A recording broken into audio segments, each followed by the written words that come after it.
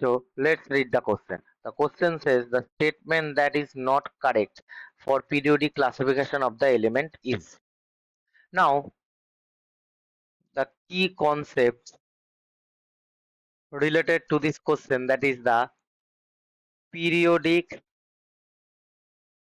classification depends on the period of periodic table. मतलब periodic classification जो है वो पीरियड के ऊपर डिपेंड होता है, पीरियोडिक टेबल के। और अगर एक पीरियड्स के अगर देखा जाए तो क्या होता है, from left to right periodic, एक पीरियड के अगर देखा जाए एटॉमिक नंबर क्या होता है, इंक्रीज हो सकती है।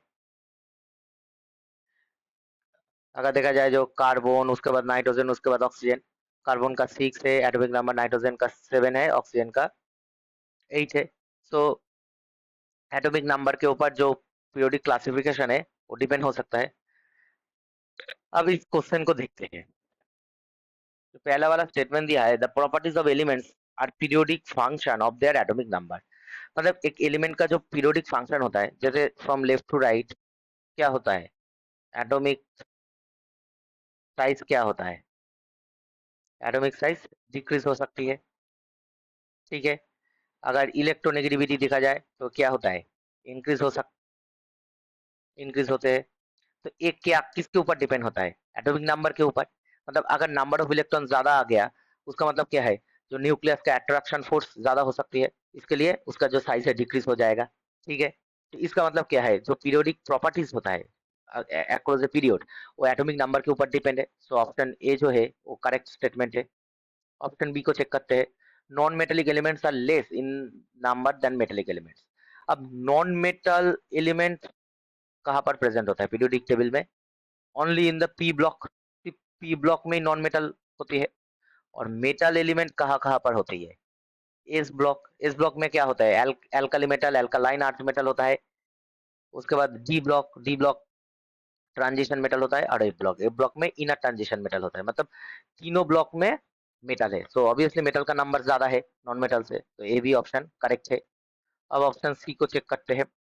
बोला है for transition element the 3d orbital are filled with electrons after 3p and before 4s। अब ट्रांजिशन एलिमेंट में क्या होता है, ट्रांजिशन एलिमेंट का कॉन्फ़िगरेशन क्या होता है, उसका कॉन्फ़िगरेशन होता है 4s2 और 3d 0 to 10। इसका मतलब 4s में इलेक्ट्रॉन पहले आ जाता है, क्योंकि 4s हमेशा 2 हो जाता है। तो पहले 4s, और एस ऑर्बिटल में हाईएस्ट इलेक्ट्रॉन क्या हो सकती है, 2 ही हो सकती है। तो इसमें 4s पहले फिलअप होता है देन 3, क्योंकि the energy of 4s is less than 3d। ठीक है।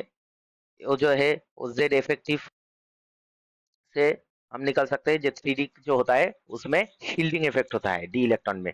तो इसका जो एनर्जी है वो ज्यादा हो सकती है rather than 4s। सो जिसका एनर्जी ज्यादा है वो बाद में फील्ड अप होता है। ठीक है।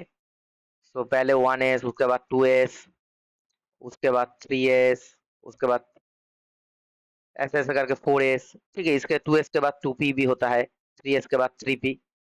ठीक है। 3p के बाद 4s, 4s के बाद 3d आता है। ठीक है। इसका मतलब 4s पहले 3d बाद में। पर यहाँ पर बोला है जो इलेक्ट्रॉन आफ्टर 3p, 3p के उसके बाद ही 3d इलेक्ट्रॉन क्या होता है, 3p के बाद और 4s के पहले नहीं, वो होता है 3p के बाद और 4s के भी बाद। तो ये जो स्टेटमेंट है ये गलत है। Option D, the fast ionization enthalpy of elements generally increase with increased atomic number as we go along a period। अब आयोनाइजेशन एंथैल्पी जो है, आयोनाइजेशन एंथैल्पी क्या है, अगर एक इलेक्ट्रॉन हम निकल देंगे तो ये जो एक्स प्लस हो जाएगा, मतलब इलेक्ट्रॉन निकलने का जो वैल्यू है, ठीक है, इसको ही हम कहते हैं आयोनाइजेशन एंथैल्पी। अब इसका जो वैल्यू है वो इंक्रीज हो जाएगा फ्रॉम लेफ्ट टू राइट। अब क्यों इंक्रीज हो जाएगा, क्योंकि फ्रॉम लेफ्ट टू राइट क्या होता है, इसमें इलेक्ट्रॉन नंबर ज्यादा हो सकती है। अगर इलेक्ट्रॉन ज्यादा हो जाएगा तो अट्रैक्शन फोर्स ज्यादा हो जाएगा, तो इसको रिमूव करने के लिए ज्यादा से ज्यादा एनर्जी की जरूरत होगा। So from left to right ionization enthalpy हमेशा इंक्रीज हो सकती है। पर एक्सेप्शन होता है नाइट्रोजन का आयनाइजेशन एंथैल्पी, ठीक है, much much greater than oxygen होता है, क्योंकि इसका जो कॉन्फ़िगरेशन है P3 वो लॉस हो जाता है, बट ऑक्सीजन जो है वो P4 है, वो P3 हो जाती है, मतलब स्टेबलाइज्ड हो जाती है। तो इसका जो आयनाइजेशन एंथैल्पी है बहुत ही कम होता है, ठीक है।